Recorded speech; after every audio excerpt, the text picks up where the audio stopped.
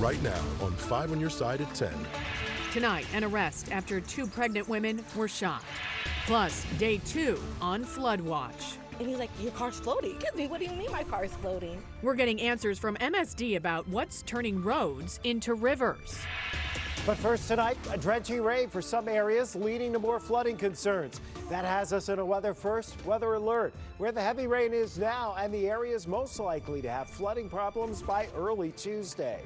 Here we go again. Tonight, we are in a weather alert with many counties now under a flood watch. Good evening. I'm Ann Allred. And I'm Mike Bush. That flood watch went into effect within the hour. Let's get straight over to Chief Meteorologist Scott Connell, who's tracking more heavy rains moving in overnight. Scott. Yeah, and the push really is to the south of St. Louis, but some of that is certainly in our southern counties. We have one watch that just expired down towards Phelps County, and then the watch now in effect for the St. Louis City, St. Louis County, and down 44 and then out 70 in Illinois. That's where the greatest threat will be. Right now around the metro, not a whole lot of rainfall, just mainly cloudy skies. But boy, the sky's been lit up to our south. Look at this cluster of storms working its way now across Reynolds County. There's some gusty winds in here, 40 to 50 miles per hour perhaps, plus some torrential rainfall. With that, a flood advisory is now in effect for Reynolds County and the southern half of Iron County. That's until a little after midnight. At least these storms appear to keep moving, but there's your flood watch area. Again, stretching from Vandalia back into St. Louis and then down through Cuba and across southeastern portions of Missouri. So we have the greatest flood threat south of St. Louis. The rain chances are with us through the overnight hours into early tomorrow. Heaviest looks like it'll come in this wave to our south right now, and then another wave that kind of develops along the north of that and potentially flirts with the metro area here as we head into the wee hours tomorrow morning. But most of it goes away as we head towards Tuesday. Remember to turn around, don't drown, don't drive into flooded roads. That's especially an issue if you have those low water crossings and you're trying to get around down in that hilly terrain south of St. Louis. We'll see you in a few minutes. We'll talk about the timing on when this all moves out and what's to come for the rest of the week, Mike. And tonight, with more rain coming, some are worried we could see a repeat of last night's flash flooding. Those fast rising waters flooded the streets and rushed into homes. Our Laura Barczewski joins us now live. She spoke with the Metropolitan Sewer District about why this happened. Laura.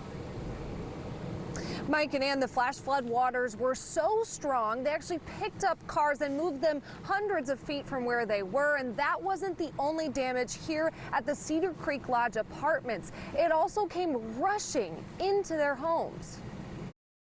It seemed like it did it in no time at all. It was a heavy rain, and it just filled up because that's all lower than everything up here. Residents at the Cedar Creek Lodge apartments south of St. Louis say they watched their cars get carried away by flash floodwaters that rose so fast they had no time to act. When we walked out, my car was actually totally, there was like my whole front end was in the water, and we parked it way over there and it moved over here. And it was kind of shocking to know that my car was literally parked like right here.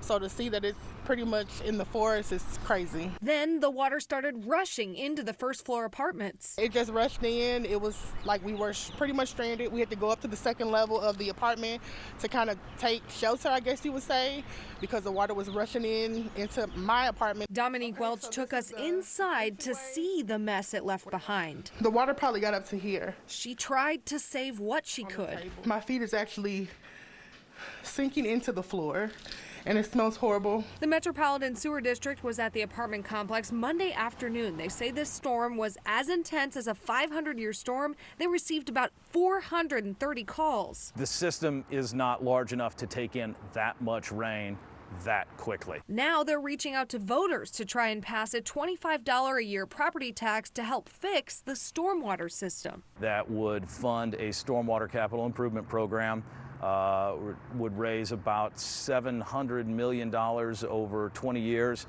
which is roughly the amount we estimate would be needed to deal with the close to 600 projects we've identified. MSD says that if you have any issues you think are connected to the sewer or stormwater systems, to call them at their number 314-768-6260. Reporting live from South St. Louis, Laura Barczewski, 5 on your side.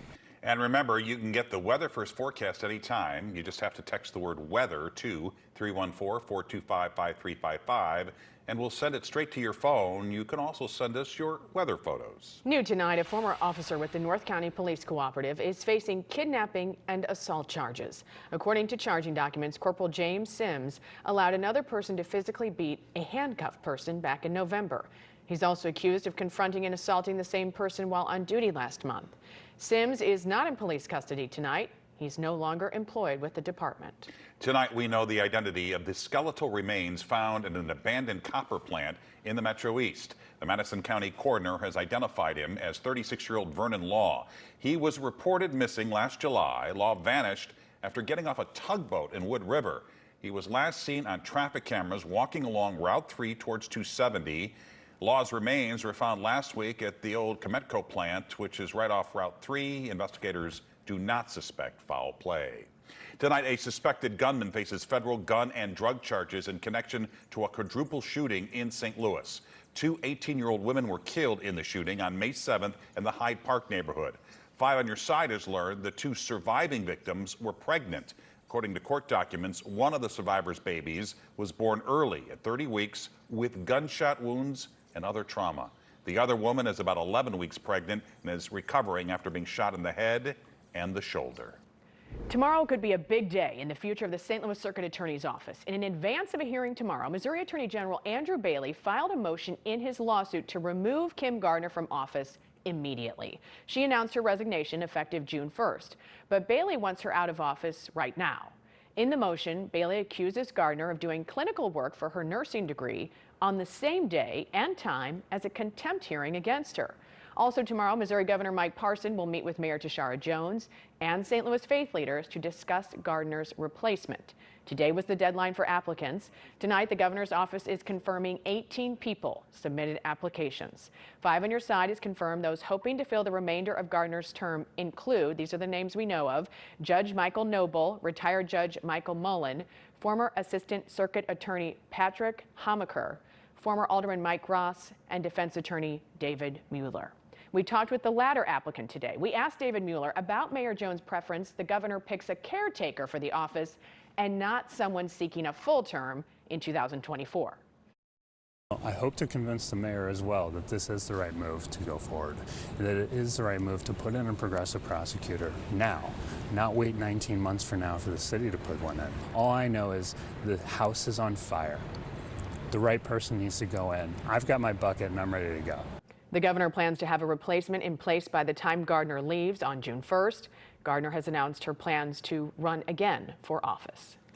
Tonight, dancers at Central Visual and Performing Arts High School return to the stage, coming nearly 7 months after a deadly mass shooting. A popular student and a beloved teacher were killed that day, but tonight's performance was dedicated in their honor. New tonight, our Robert Townsend was there as these students made their comeback. And Mike, students at CVPA have always said they would bounce back after that mass shooting. And just a few hours ago, they proved just that. They were thrilled, optimistic, and energetic from beginning to end. More than 100 dancers from Central Visual and Performing Arts High School dazzled a packed crowd in their school's auditorium. We've been working on this for months, and I am so excited. We're strong again. Jaden Brown teamed up with other seniors and juniors to choreograph their new original performance called In Our Hearts. Yeah, it's a lot of numbers, it's a lot of tap, it's a lot of ballet. It is symbolic of there's healing in the art, and if you dissect the word heart, art stands out. This was the dancers' first full performance since gunfire rang out at CVPA nearly 7 months ago. Freshman Alexandria Bell and physical education teacher Jean Kushka both died. Several others were injured. We are trying to just make sure that it doesn't bring us down because we are still a loving community. The students dedicated their comeback performance to Alex and Mrs. Kushka. Alex was a popular member of her school's dance team. We're doing this for her, and we know that if she was here, she would be helping to motivate everybody.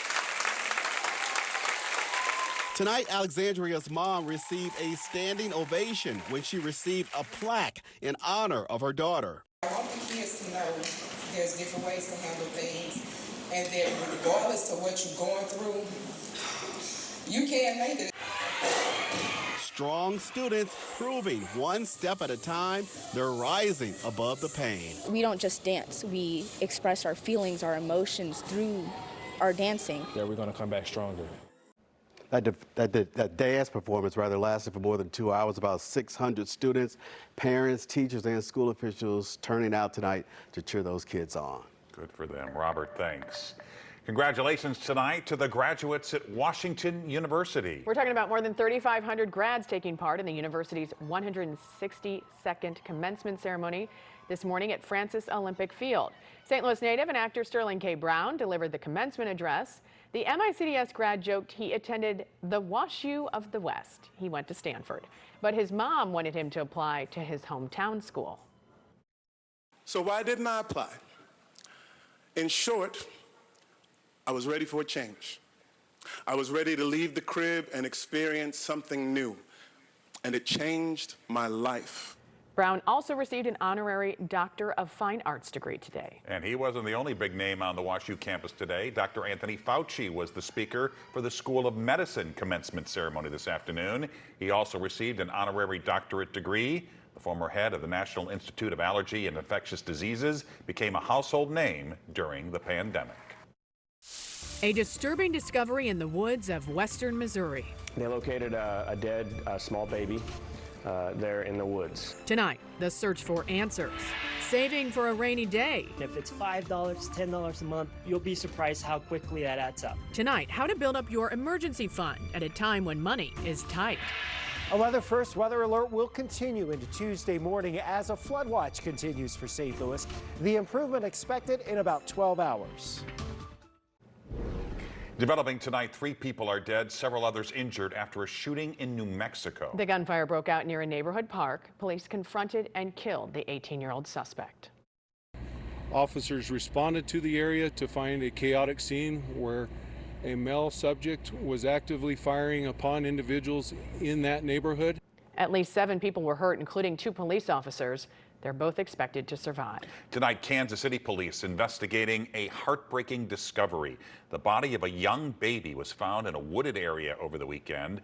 Investigators believe the baby had been dead for some time. They are asking for the public's help in this case. We know there are people in the community that know what happened here.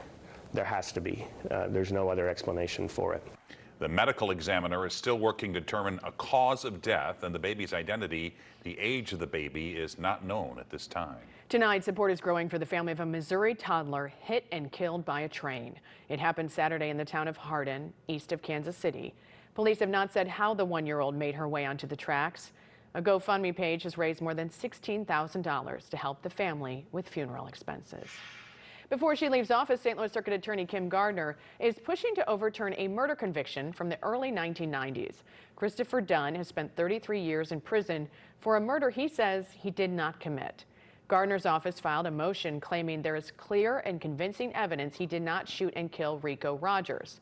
Witnesses who testified against Dunn later said authorities had pressured them to lie. Tonight, American household debt has reached a new high. The Federal Reserve Bank of New York says it has surpassed $17 trillion. However, credit card balances have remained flat. Experts attribute this growth to inflation, spending increases, and typical consumer behavior. From rising prices and debt to concerns of unemployment or being laid up by an illness, having an emergency fund can help smooth out life's financial hits. Tonight, as Consumer Reports explains, starting one might not be as tough as it seems. If you're lucky, things are going well right now. You have a steady paycheck, you pay your bills on time, and you might even have a little extra money left over.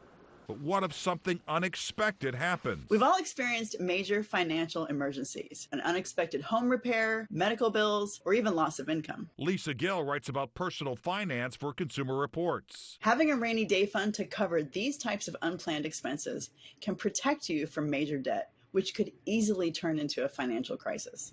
Financial planner Nestor Vargas says that putting aside enough to cover 3 to 6 months of essential expenses is a good rule of thumb. Essential expenses are housing, food, transportation, debt repayment. And so what you want to do is you want to sit down, figure out how much that is on a monthly basis, multiply it times 3 or 6 to come up with the actual number you need to save for your emergency fund. Once you determine your savings target, don't let that number daunt you. Definitely important to start saving as much as you can or as little as you can. If it's $5, $10 a month, you'll be surprised how quickly that adds up. An online savings calculator can show how much you'll need to set aside each month to reach your goal and how quickly that money will grow. Consumer Reports suggests putting money into a high-yield savings bank or certificate of deposit. Many of those accounts now have interest rates over 4%. And make saving even easier by setting automatic deposits or transfers from your checking account to your emergency fund. It will keep your contributions on track and secure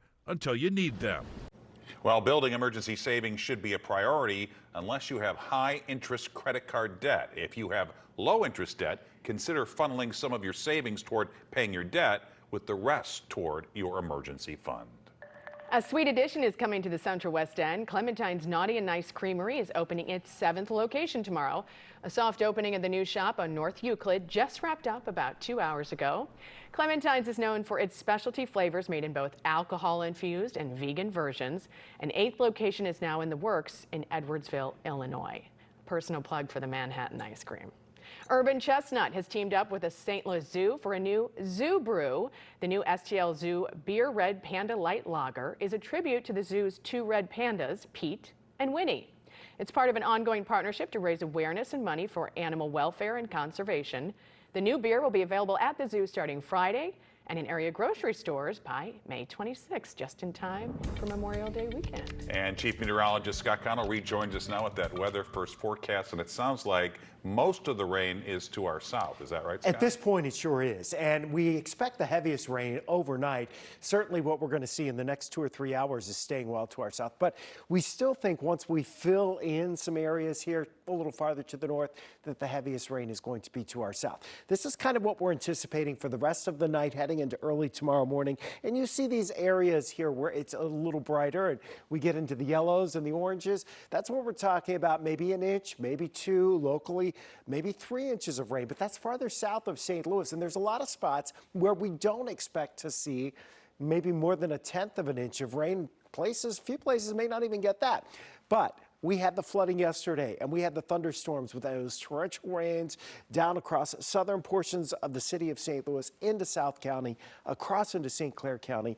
And since the ground's already wet and with the potential of heavier rain, especially to our south, that's where that flood watch is in effect. And right now you can see it is really coming down. We've had some rainfall rates in here running close to 4 inches an hour in the core of this storm as it's pressing on towards the east. Now, it doesn't stay raining that hard for that long, but that's going into Annapolis right now. So you're going to expect to pick up a quick 1.5 inches, maybe 2 inches of rain out of this. And as a result, we do have flood advisories in effect right now, and that includes Iron and Reynolds County here, the southern portions of Iron County in particular. Again, this area very prone with your low water crossings to having water rushing across that. You don't want to drive through that, especially late at night when you can't see. Otherwise, you're looking up 44 towards Cuba and Steelville where we have some rain, but it's not overly exceptionally heavy.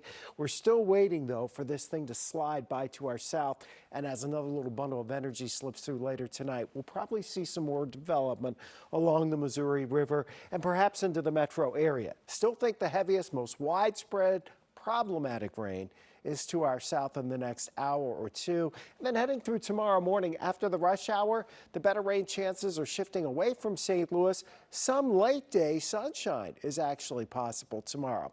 At the moment, it's 68 degrees in St. Louis. 75 was our high. Just a little bit of rain at Lambert today, about 1/100 of an inch. We're holding close to 60 tonight in town. Flood watch is in effect. We're staying in our weather alert through tomorrow morning until we get this potential of heavier rain and any problematic flooding out of here, hopefully before rush hour tomorrow. But certainly that potential will be gone by tomorrow afternoon, and then it's pretty smooth sailing, it looks like, for the middle of the week. Temperatures upper 70s, lower 80s. That's a little below average, but that's okay. Should be mainly dry. Towards the end of the week, we'll get another chance for a shower or thunderstorm. All right, Scott, thank you. Frank. The Cardinals scored 9 on Sunday. They doubled that tonight. We had a Game 7 in the NHL. You're going to see the most talked about basketball player in the world, and we're talking wrestling with the mouth of the South. The Sports Desk is sponsored by Jim Butler Chevrolet, the Midwest's #1 Chevy dealer 10 years running. Perspective and patience are wonderful qualities to have. Unfortunately, we sports fans tend to have neither. Think of all the negative thoughts we were having about this team a week ago. Now, the Cardinals still have a long way to go, but they took another step tonight against the first-place Brewers. First inning, and forget this opposite field stuff. Nolan Arenado, he's hammering every ball to left field. This is a 3-run shot, and it's 3-0 Cardinals. Now, this is even more encouraging. Jack Flaherty, this is what you call pulling the string. That one went 75 miles an hour. Then he'll throw one 95 miles an hour. Flaherty, 7 shutout innings and 10 strikeouts. And there's another Nolan who's hotter than the asphalt in Georgia in July. Gorman, a 2-run double in the 6th. 7-0 Cardinals. Then in the 8th inning, the Cardinals exploded for 10 runs. Gorman, a 3-run bomb, his 10th of the season. And later, Andrew Kisner with a grand slam off a position player. Yeah, it counts. Cards win 18-1. They're 6.5 back of the Brewers. Jack credited his catcher, Contreras. Testament to Willie and how he called the game and putting myself in positions to just, we got to know 2s and 1-2s, and then it's just execute and trust what he's calling, and he called an unbelievable game. So just, true testament to him. The Arenado aerial attack began in Boston. Nolan had a goal, just hit the ball over the green monster. He did it Friday, Saturday, and Sunday, and suddenly the slump turned into a power surge. I asked him about his weekend in Beantown before the game. I feel like I'm seeing the ball well, and I'm just, if I usually when I'm hitting the fastball, that usually means I'm in a good place. And the first month I didn't hit the fastball very well. So lately I've been hitting the fastball better. Like I said, hopefully I can continue, but I like where I'm at right now. A Game 7 in Dallas with Seattle. Rope Hins with the steal and the goal. The Stars are going to the Western Conference Final with a 2-1 victory. There may not be any certainty in life. There will be at the NBA draft. Take a look at a 7'5" future superstar. He is nicknamed Point God. His name is Victor Wembanyama. He's from France. The lottery is tomorrow, and every team is desperately hoping they get him. The best prospect since LeBron James. He's a great shooter, ball handler, and shot blocker. Remember the name, Victor Wembanyama. Finally tonight, if you are of a certain age, then you are familiar with Wrestling at the Chase. It was a big deal, and all the greats came to our town to perform. Not sure if any city embraced the sport more than ours. Well, this weekend, I went to the Aviator Hotel in South County. They called it a Wrestling at the Chase Memorial. That is Brutus the Barber Beefcake. They were signing autographs, taking pictures, and talking wrestling to a packed house for hours. Hall of Fame manager Jimmy Hart was on hand. He managed everybody from Ted DiBiase to Hulk Hogan, and I asked him about his success. Well, I don't know if I'm that good or not. I was just lucky because, to me, Bobby the Brain Heenan and Paul Heyman and Jimmy Cornette and all those guys were so wonderful, And for me to be mentioned in the top 50 managers, I'm just happy to have that. But my men always came first. Oh, thank you for that applause. But my men always came first. It wasn't about me. It was about them. He's 79 years old. He looks the same. Yeah, he does. And you can see the interview with Brutus Beefcake on the 5 on Your Side YouTube channel. All right, sounds good. Thanks, Frank. Celebrating the red, white, and blue without spending any green, where you can get a flag to display the stars and stripes for free this Memorial Day. A reminder, the Folds of Honor campaign is now underway. You can round up at the register at any area Schnuck store through May 30th. Money raised provides scholarships for spouses and children of fallen or wounded service members and first responders. 5 on Your Side is a proud partner of the campaign. You can honor our fallen heroes this Memorial Day with a free American flag. On May 27th, participating Ace Hardware stores will give away 1 million 8-inch by 12-inch flags. Another 1 million flags will be donated to local VFW posts to mark the graves of veterans. Americans are ready to get out of town over Memorial Day weekend. AAA predicts the busiest weekend since 2005. Air travel is expected to increase 11% over last year. More than 37 million people are expected to hit the road. We are under a flood watch tonight. Here's Scott. Yeah, we are still tracking this heavier rain. The heaviest at this moment is down into Reynolds County, southern Iron County, starting to move towards Madison County in Missouri. Again, far to the south of St. Louis. And you're not looking at massive flooding here. What we're looking at is a flood advisory. So yes, poor drainage areas, there's some issues, and will be for the next couple of hours. Metro area, still a flood watch, but nothing imminent. And there you have it. 5 on your side at 10. The Tonight Show starring Jimmy Fallon is next. Thank you so much for being with us. Have a great tomorrow.